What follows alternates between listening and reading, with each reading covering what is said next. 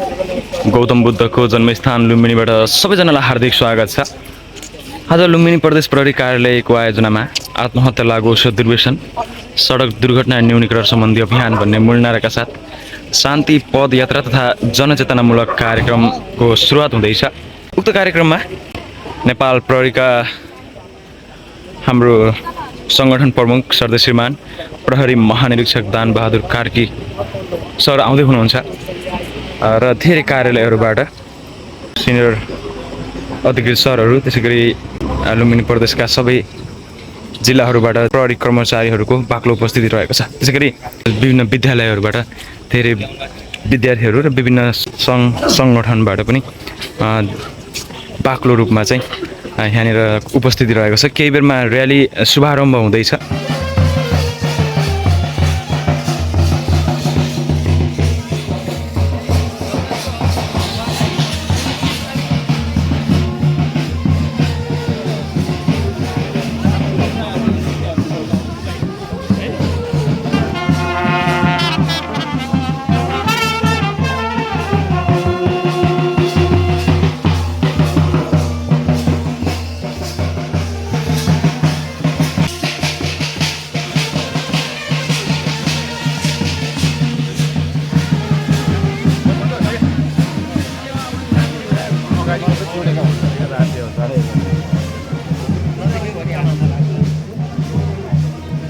ल बाटो हेरेर हिँड्नु है।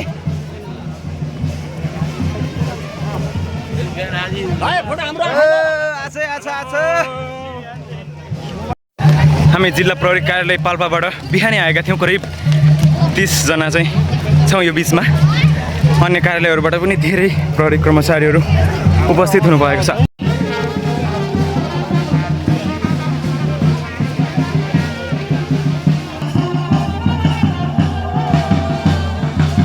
समाइदिनु सर यस अलिकति थ्याङ्क यू।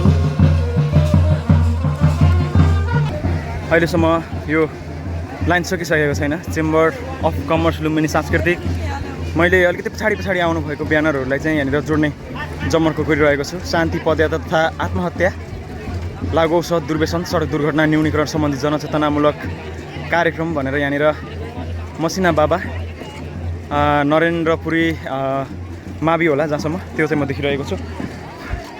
र हाम्रो नेपाल प्रहरीको यो जुन ट्र्याकमा तपाईँले देखिसक्नु भएको छ निलो ट्र्याकमा सजिएको नेपाल प्रहरी पनि यहाँनिर छ। नेपाल प्रहरीका विभिन्न पोसाकहरूमा यतिखेर र्यालीमा जुटेको हामी देखिरहेका छौँ।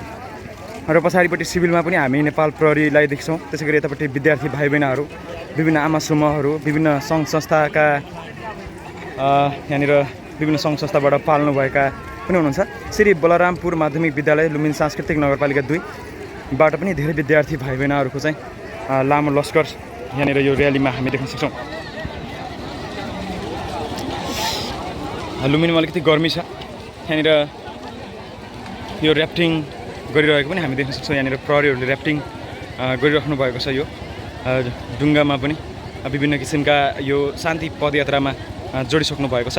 त्यसै गरी यतापट्टि म एउटा ब्यानरलाई देखिरहेको छु। शान्ति पदयात्रा कार्यक्रम भनेर लेख्नु भएको छ। सहभागी हुनुहुन्छ गैडाहवा गाउँपालिका परिवार विष्णुपुरा रूपन्देहीबाट पनि यहाँनिर आउनु भएको रहेछ। उहाँहरू सबैजनालाई धेरै धेरै धन्यवाद व्यक्त गर्न चाहन्छु। त्यसै गरी अर्को ब्यानरलाई म यहाँनिर जोडिरहेको छु। विद्यार्थी भाइ बहिनीहरूले लिएर आउनु भएको छ। श्री यहाँनिर अलिकति पढ्नलाई असहज भयो, त्यसो गर्दाखेरि उहाँहरूको ब्यानरलाई मैले पढ्न सकिनँ। यहाँ विद्यार्थी भाइ बहिनीहरूको ठुलो लामो लस्कर छ। विभिन्न विद्यालयका ड्रेसहरूमा यहाँनिर विद्यार्थी भाइ बहिनीहरू हुनुहुन्छ। यो विद्यालयको नाम चाहिँ मलाई थाहा भएन। रातो सर्ट र तलपट्टि कालो प्यान्टमा धेरै विद्यार्थी भाइ बहिनीहरू हुन्छ। धेरै पछाडिसम्म छ है, मैले क्यामेरामा भ्याउँदिनँ अनि अगाडिसम्म पनि छ। म अगाडि जानुपर्ने भएको हिसाबले म यतिखेर यो भिडियोलाई यहाँनिर रोक्न चाहन्छु। नेपाल प्रहरीको तर्फबाट र्यालीमा आउनुभएको सम्पूर्ण महानुभावहरूलाई चिसो पानीको व्यवस्था चाहिँ र्याली भएको ठाउँमा चाहिँ गरिएको छ। केही समयपछि हामी बोतलहरूलाई कलेक्सन गर्नेछौँ। कुन विद्यालयको कति स्टुडेन्ट हुनुहुन्छ त्यहाँ? हाम्रो 80। कति क्लासमा पढ्नुहुन्छ? हाम्रो स्कुलमा टोटल 1100 हुनुहुन्छ। आज र्यालीमा कतिजना आउनु भएको छ त? 8 9 10 जम्मा। 8 9 10 मात्र आउनु भएको छ। के छ गर्मी छ अन्त? एकदम।